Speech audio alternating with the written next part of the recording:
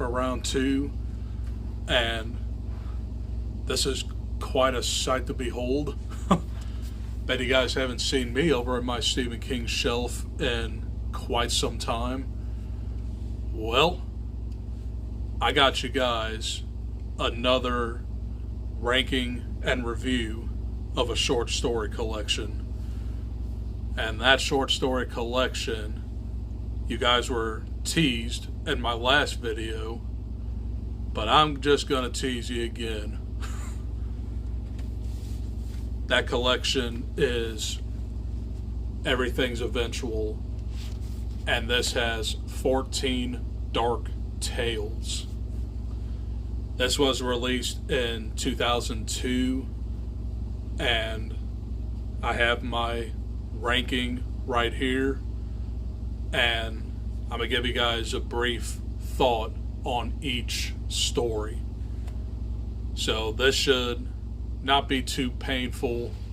It's actually not that long compared to Nightmares and Doorstops, Nightmares and Dreamscapes, but let's go ahead and rank this dog. So, set that right there. Edit number 14. And to me, this collection was just okay. There were more stories that were forgettable, but I do have my top 5, but you gotta start at the bottom. I'm rambling, but 14 is All That You Love Will Be Carried Away. And this is the third story in the collection. And this was about a man who feels very lonely, and he is on the brink of taking his life. And it's just like a reflection on his depression and will he or won't he take his life. So that's all I remember from it. And number 13 is The Man in the Black Suit. This is story 2, I believe. Yeah.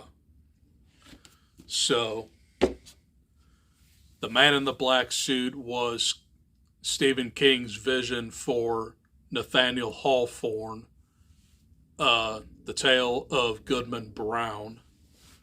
So this was kind of like a folk tale, but this was about like a kid who befriended this man in a black suit, and he's kind of like an embodiment of death. So I really don't remember this one very much, but it was definitely the least Stephen King story that I've ever read. And he's written a lot of different types of literature, but this was just his take on folk horror. So I thought it was just okay. But moving on to number 12, I have In the Death Room. This one was kind of like an action crime short story. It was about this man who had like a run-in with the drug trade, and they're just after him. But I thought that this one was a pretty decent story, but kind of forgettable. So that was In the Death Room. And at number 11, I have Lucky Quarter. And this was the final story in the collection. And this was about a woman who found this lucky quarter and she went on like a winning streak in Vegas. So she just played a lot of slots, and she became very, very rich. But her son, who was very sick, got a hold of this lucky quarter, and he also became very lucky. This one was an interesting one on superstition and fate, but especially luck. So, the top 10, and at number 10 is the title story, Everything's Eventual. This one was about, how do I even describe it? It's about like this teenager who meets this man, and the man wants him to hunt down super powered people with like telekinesis and telepathy. But the title suggests that everything that happens in life is eventual, which means that life is cool. This one was a really weird one, and it kind of let me down. At number 9 is LT's Theory of Pets. And this was literally about like a man who was on the verge of taking care of dogs and cats. That's all I remember. At number 8 is The Death of Jack Hamilton. This one was a very interesting one because it was a historical short story. But this was about one of John Dillinger's gang members on the verge of dying. So it took a while for Jack Hamilton to die, but he did die in the final pages. No doubt that this story was very dark, but I really did enjoy it quite a bit. But at number 7, I have basically, the short version is Deja Vu, but the title of the story is called That Feeling you can only say what it is in French. So like I said, this is a time loop story. And it's about like this newlywed couple on their honeymoon, and their plane crashes. So the woman is in her own personal hell, repeating this for all eternity.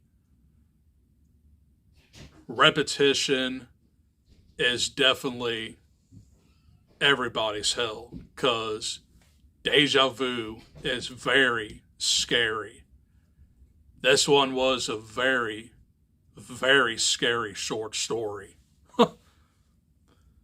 So, at number 6, I have the first story in the collection, Autopsy Room 4. This one was a very interesting story.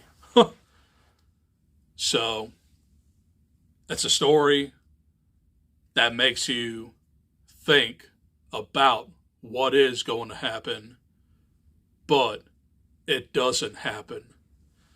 So essentially, it's about this golf player who is on the verge of death, but he's not dead. So he got bitten by this boom slang, which is like a very, very venomous snake. and the bite just put this man in a coma, and this dude was realizing everything around him. They were about ready to cut him up, and the dude was still living. So that story was wild. When I got to that twist, I'm like, what? But I really did enjoy this one quite a bit. Top 5. And number 5 is The Little Sisters of Illyria. This was a Dark Tower short story. So this is basically a prequel to The Gunslinger.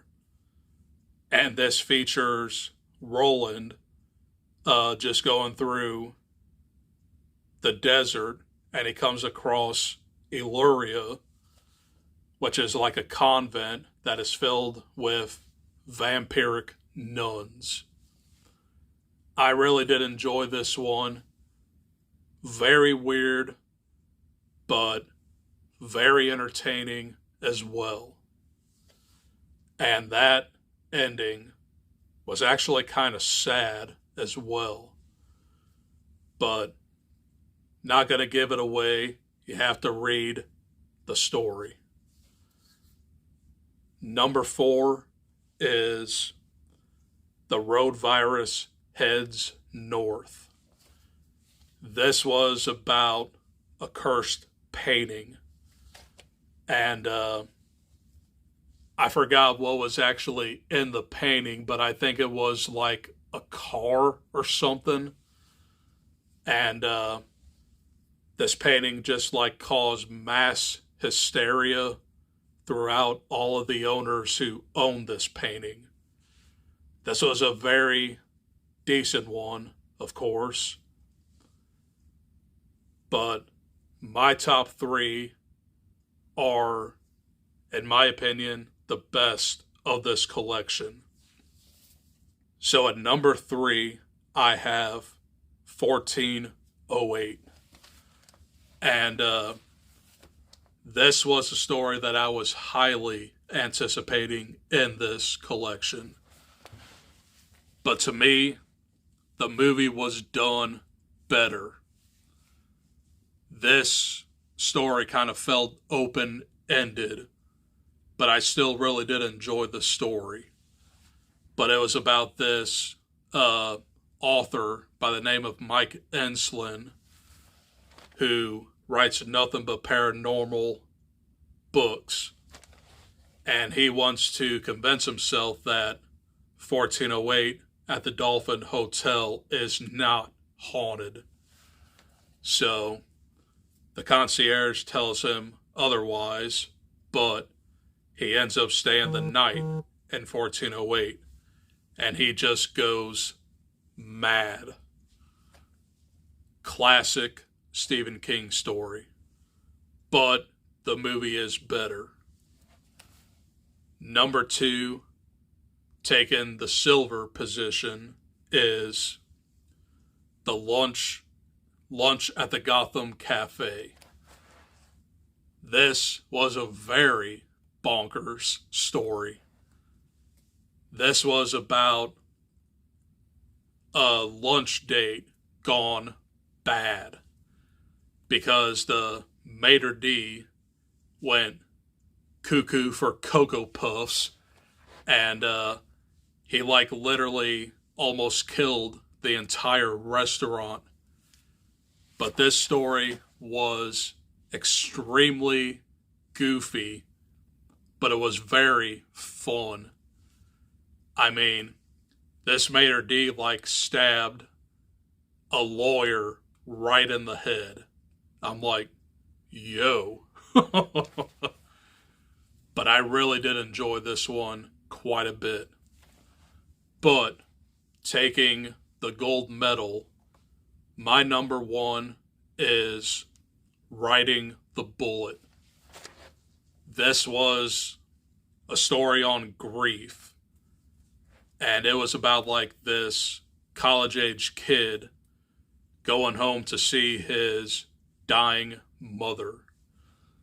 So he hitchhikes to get to her, but a ghost picks him up by the name of George Staub.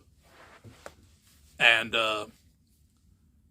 this spirit always reminded the main guy that he rode the Bullet, which was like a roller coaster in New Hampshire. And that memory for our main character just resonates with him because his mother had nothing to do with him. But when he rode that Bullet, it was the happiest moment of his life with his mom. So, kind of a sad story, but the mother dies at the very end. As the story went on, the mother had a stroke, but she was just dying slowly. But it's just like one of those stories that reflects on good memories or bad memories with grief. And this story reminded me of The Reach, which was in Skeleton Crew, which was another story on grief. And I really enjoyed that one as well. So I enjoyed this one in the collection the most. So that's my ranking of Everything's Eventual. Hope you guys enjoyed. And yeah, that's all I got for this video. My next video, more than likely, is going to be my review of Ghostbusters.